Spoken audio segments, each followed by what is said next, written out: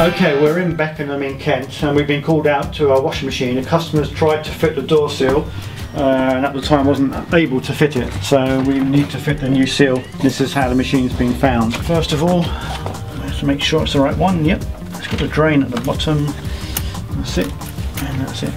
Okay, what we need to do is fit the door seal first around the trim. Okay, we've reassembled the top section. And now we fitted the door seal, and we need to just put the front panel back on, fix the soap tray.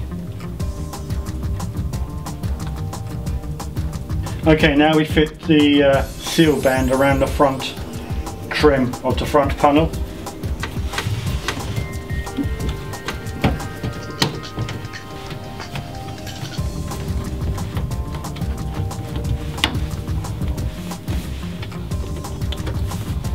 And that's fitted around the front. Now we have the retaining band for the front seal. Now we fit in the front retaining band for the front of the seal. Okay, now the washing machine's all back together and it's now on a test cycle.